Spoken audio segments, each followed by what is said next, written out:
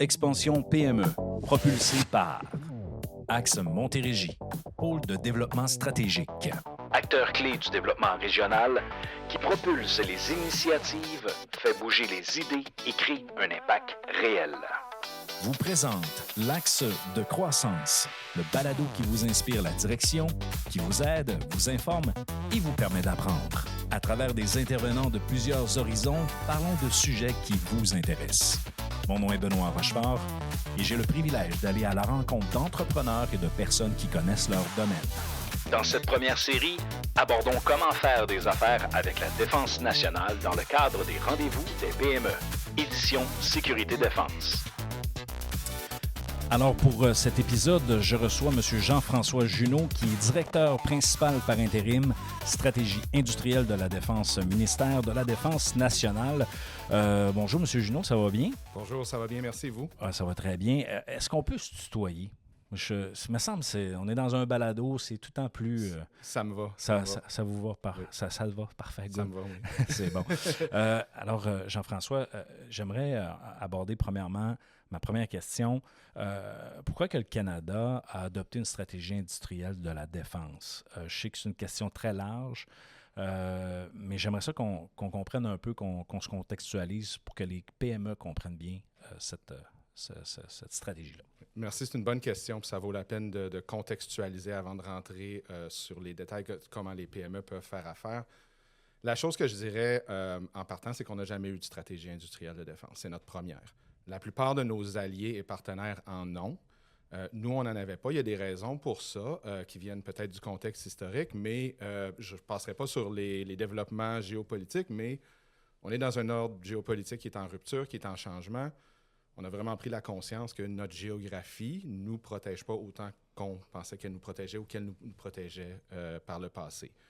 C'est pour ça qu'on a des investissements vraiment historiques dans la défense pour bâtir nos capacités. Mais en même temps, il y a la conscience qu'on ne peut pas le faire d'une manière qui va nous donner le résultat qu'on veut sans la participation de notre base industrielle. On a eu l'expérience de la COVID, de la guerre en Ukraine, où on a eu des défis avec des chaînes d'approvisionnement qui ont montré les vulnérabilités. Alors, quand on pense à quelque chose aussi fondamental que la défense du pays, on ne veut pas faire face à des problèmes similaires. C'est pour ça qu'on comprend qu'il faut mobiliser notre base industrielle de défense pour qu'elle puisse donner à nos forces armées ce dont elles ont besoin de manière rapide, d'une manière fiable, puis qu'on n'ait pas une dépendance à outrance envers des chaînes d'approvisionnement étrangères. Puis c'est ce que la stratégie industrielle de défense vise à nous donner, c'est le cadre dans lequel on peut agir, on peut collaborer avec les entreprises pour atteindre ces objectifs-là. Qu'est-ce que ça change pour les entreprises canadiennes exactement, cette stratégie-là? Bien, ça change beaucoup de choses. Premièrement, comme je l'ai mentionné, il va y avoir des investissements vraiment significatifs dans la défense. Donc, on peut escompter des opportunités pour les entreprises canadiennes. Deuxièmement, comme j'ai mentionné, pour y arriver, il va falloir qu'on change nos manières de faire, qu'on change la culture. Ça a déjà commencé, qu'on voit la relation avec le secteur privé d'une manière plus collaborative pour qu'on puisse arriver à nos objectifs de défense, puis aussi nos objectifs économiques pour faire croître le secteur. Ça veut dire le partage d'informations, l'engagement avec l'industrie. D'ailleurs, on a déjà commencé à changer la manière de faire dans certains domaines, comme enlever certaines restrictions qui étaient un peu des limites imposées sur l'appui au secteur de la défense, comme par exemple la BDC, les EDC, Export Développement Canada, qui ont enlevé certaines limites qu'ils s'imposaient sur les appuis au secteur de la défense. On va aussi appuyer les exportations dans le secteur de la défense plus qu'on le faisait auparavant. Fait que ça, c'est le changement de culture. L'autre aspect, c'est qu'on va commencer à donner puis on a déjà commencé à donner des appuis beaucoup plus ciblés au secteur de la défense, puis le secteur à double usage, parce que je parle du secteur de la défense, mais c'est plus large aussi. C'est toutes les compagnies qui peuvent remplir des besoins de la défense. Quand vous dites à double usage, est-ce que vous pouvez me l'expliquer? Là? Il y a comme un volet que je ne comprends pas. Là. Je dirais en gros, c'est tous les produits, services qui peuvent remplir des besoins civils, mais qui peuvent aussi remplir des besoins militaires.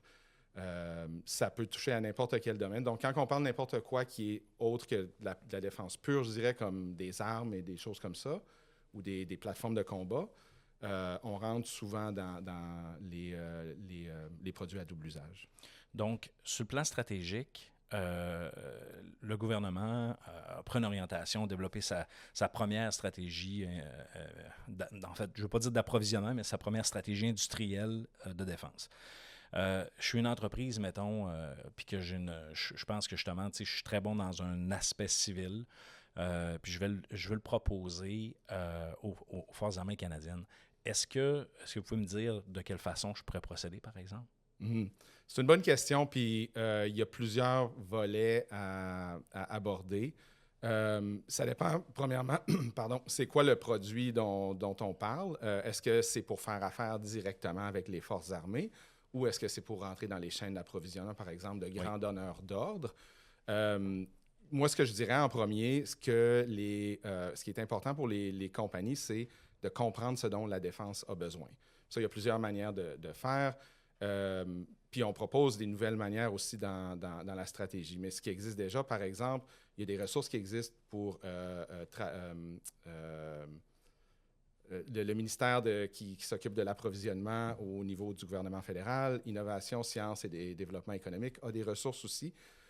Puis on a une nouvelle agence pour l'investissement pour la défense qui va être créée. Il y a des ressources en ligne qui existent, par exemple, le site Achat Canada pour voir qu'est-ce qui est mis en termes d'achat.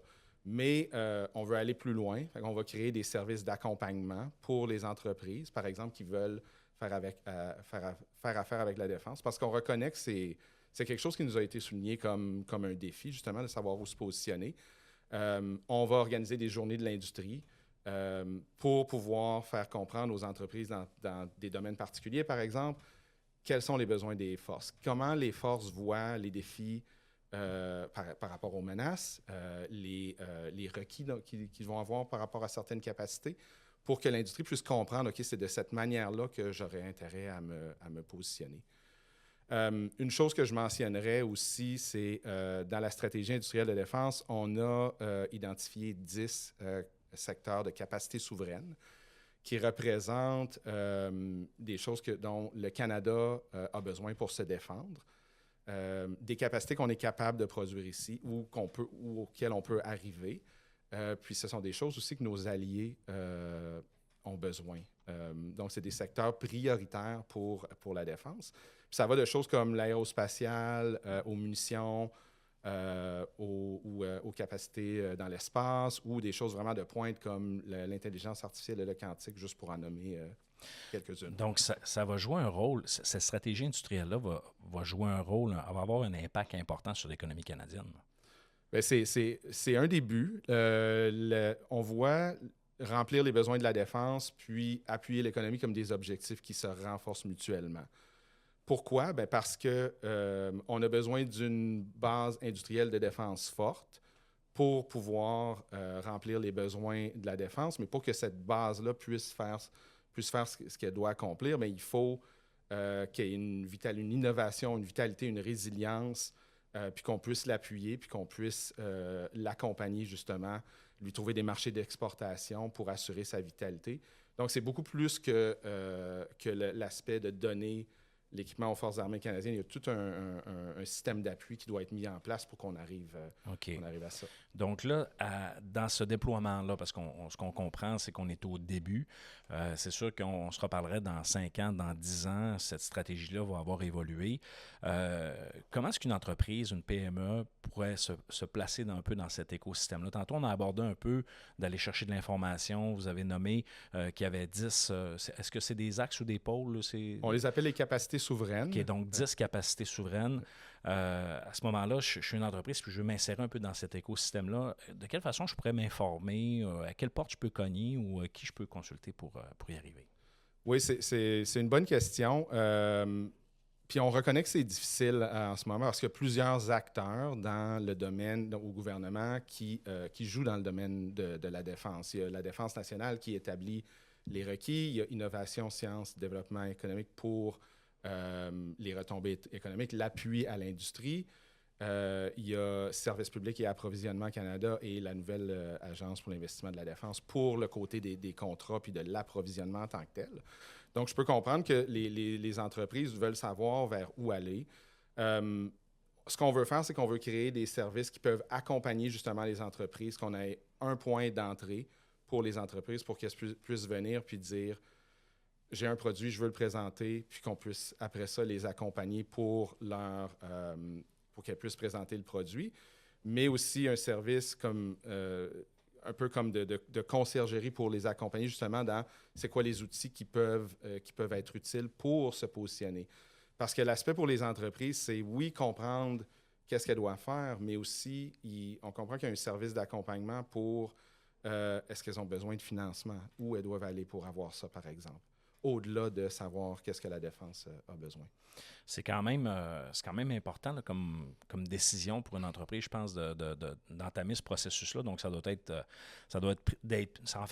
pris au sérieux parce qu'on ne veut pas, si on veut s'insérer. Puis je pense que l'opportunité, au-delà de dire, bon, il y a eu des annonces du gouvernement de dire on va mettre plus d'argent.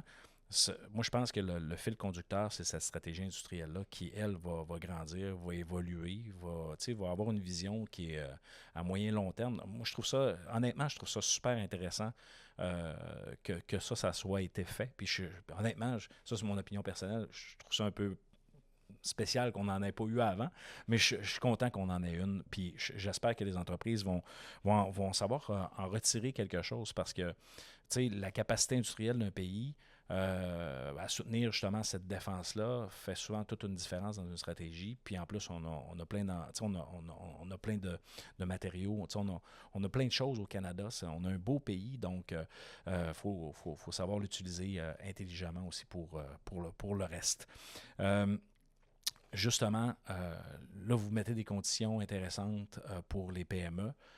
Est-ce qu'il y a des barrières actuellement que, dans le fond, qu'une entreprise, on pourrait dire, écoute, toi, tu ne te qualifies pas parce qu'il te manque telle chose. Parce que veux pas, ce n'est pas toutes les PME là, qui vont pouvoir travailler puis contribuer à la chaîne d'approvisionnement ou vendre aux forces armées. Donc, ça serait quoi les principales barrières que les entreprises, si, mettons, ne sont pas capables de dire, dans le fond, je n'ai pas cette condition-là.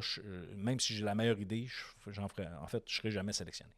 Il y en a quelques-unes, mais peut-être avant de les mentionner spécifiquement, je dirais les PME sont fondamentales pour la stratégie industrielle de défense. Elles vont jouer un rôle clé. 92% de notre base industrielle de défense sont des PME pour 40% des emplois.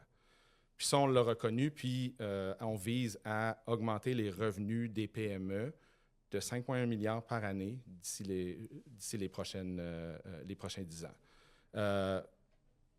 Ça pour dire que, oui, le besoin qu'elle soit innovante et forte économiquement est là. Quand on a consulté pour développer la stratégie industrielle de défense, il y a quelques éléments qui ont été soulevés par les PME. Entre autres, le premier, c'est l'absence de mécanisme de financement. Parce que jusqu'à tout récemment, il y avait des tabous sur financer la défense. Puis pour les PME, c'était très, très dur. Il y avait des tabous là-dessus? Il y a une réticence au niveau du secteur privé, souvent, puis dans le secteur public, comme par exemple au niveau du gouvernement, il y avait certains organismes, il y avait peut-être des restrictions sur la manière ou l'étendue de l'appui qu'ils pouvaient faire. Ces restrictions-là ont été enlevées récemment. Donc, il y a le financement. La deuxième chose, c'est qu'on a entendu souvent qu'on a des bons programmes pour commencer l'innovation, pour soutenir l'innovation, mais on n'a pas la capacité à la fin pour tirer cette innovation-là puis en faire un produit qui peut être commercialisé et vendu aux Forces armées canadiennes. Puis ça, c'est des défis qui sont vraiment importants pour les PME. Le premier, au niveau du financement, on a déjà pris action pour y remédier même avant la publication de la stratégie industrielle de défense avec des nouveaux programmes. Par exemple, les agences de développement régional qui ont maintenant un programme pour soutenir les PME qui veulent entrer dans le domaine à double usage ou de la défense. La BDC qui a mobilisé 4 milliards initialement, maintenant 6 milliards pour soutenir l'industrie par des services conseils, mais du capital aussi.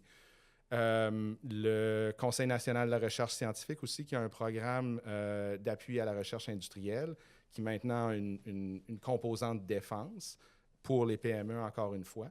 Donc, cet écosystème-là est en train de se mobiliser. Les investissements sont déjà en train de se faire. Le défi après ça, c'est de s'assurer qu'on puisse faire le mariage entre qu'est-ce que les forces ont besoin, qu'est-ce que l'industrie peut produire, mais le financement est absolument essentiel pour ça.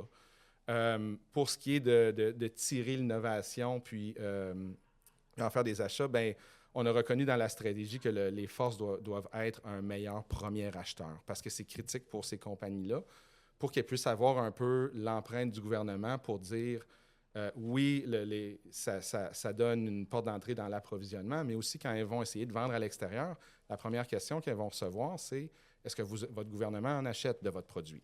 Puis on veut de plus en plus être capable de dire oui pour les innovateurs qui ont un grand potentiel de vendre aux forces canadiennes.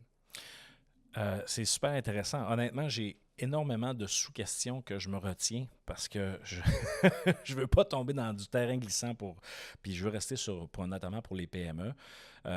Mais veux pas, la PME, elle ne peut pas se planter de toute façon lorsqu'elle fait affaire avec les forces parce qu'il y a une conséquence aussi qui est rattachée à la performance de ces PME-là. Puis ça m'amène aussi à la prochaine question. Est-ce que c'est un secteur qui est réservé à la grande entreprise? Là, on parle beaucoup de PME. Tantôt, vous nous avez parlé de statistiques qui sont quand même assez intéressantes sur le fait que les PME jouent un rôle important dans l'approvisionnement. Est-ce que les entreprises peuvent en faire plus? Ou je comprends que la PME a une place, mais est-ce qu'on pourrait en faire plus? Est-ce qu'il y a encore de la place pour les PME? Oui, Ou est-ce que c'est juste réservé aux grandes entreprises? C'est ça non, pas du tout. C'est vraiment pour les grandes entreprises et les moyennes entreprises, même les entreprises en démarrage aussi. Une chose que je devrais mentionner, c'est qu'il faut vraiment prendre conscience à quel point c'est vaste, la défense. Le ministère de la Défense nationale et les Forces armées canadiennes ont une empreinte d'un bout à l'autre du pays, même dans l'Arctique, font des opérations à l'étranger, ont besoin d'acheter et gérer des plateformes de combat navales, terrestres, aérospatiales, ont des capacités dans le domaine informatique, des capacités cyber, ont même des choses comme doivent même donner des soins de santé aux forces armées. Puis en plus de ça, on a de l'infrastructure, des bases et autres, encore une fois, d'un bout à l'autre du pays à bâtir, gérer, utiliser. Donc, tu peux imaginer que c'est l'étendue, les opportunités sont vraiment vastes, puis ça serait impossible de tout en parler ici aujourd'hui. Mais vraiment, le champ est grand. Puis je sais que le défi que ça pose pour les entreprises, c'est essayer de se voir là-dedans, des fois. Donc, ce que j'inviterais, c'est que les entreprises viennent à la rencontre quand on donne l'information. Oui, puis les rendez-vous que vous avez mentionnés tout à l'heure. Tout à fait. Quand vous organisez quelque chose, des points d'information, participez à ces éléments-là. Des fois, les entreprises ne prennent pas le temps de participer à ces activités-là. Comme ici, on est au rendez-vous de sécurité-défense. C'est plein. Le monde sont là pour réseauter, pour parler, pour échanger. Donc, il y a effectivement de l'information et du maillage qui peut se faire et aussi une compréhension des besoins du principal client. Ça m'amène un peu à ma dernière question sur l'aspect de l'innovation. Parce que des fois, on va avoir une innovation, elle n'est pas nécessairement commercialisée. Puis des fois, ça peut jouer un rôle dans une stratégie industrielle. Si j'ai une innovation, je procède comment si je veux vous la proposer, par exemple? Oui, c'est une très bonne question parce que pour les Forces armées canadiennes, les menaces sont toujours en train de changer. Puis, oui, évidemment, le gouvernement va venir avec des solutions, mais le gouvernement n'a pas toutes les solutions, loin de là. Donc, on doit compter sur le secteur privé, incluant les petites et moyennes entreprises qui ont beaucoup de bonnes idées de solutions d'innovation. Moi, ce que je dirais, c'est d'être capable de faire la connexion avec les intervenants, comme par exemple les membres des Forces armées, qui peuvent être les utilisateurs pour comprendre c'est quoi leur problème puis comment faire évoluer ces innovations-là. Il y a aussi des programmes du gouvernement comme Solutions innovatrices Canada du ministère de l'Innovation, Sciences et Développement économique ou le programme Idées à la Défense nationale qui lance des défis, qui appellent les entreprises à donner leurs solutions à ces défis-là avec un certain financement pour pouvoir les faire avancer.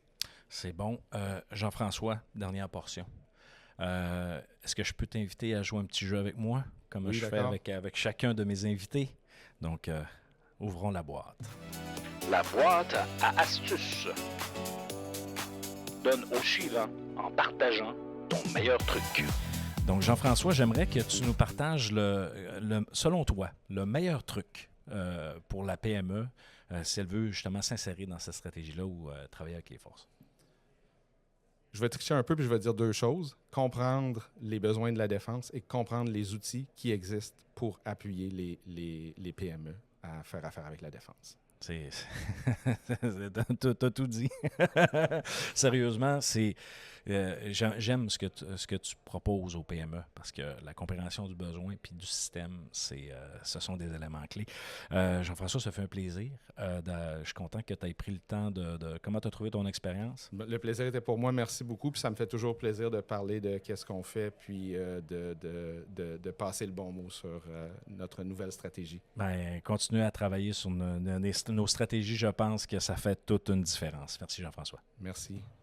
Cet enregistrement a été fait au Collège militaire royal de Saint-Jean. Merci à tous nos partenaires et aux nombreux participants. Pour avoir accès à toute notre programmation et nos activités, visitez expansionpme.org dans la section Activités ou, pour l'ensemble de nos projets, axemontérégie.org. Au nom de toute l'équipe, dans ce monde en continuel changement, nous vous souhaitons bonne innovation.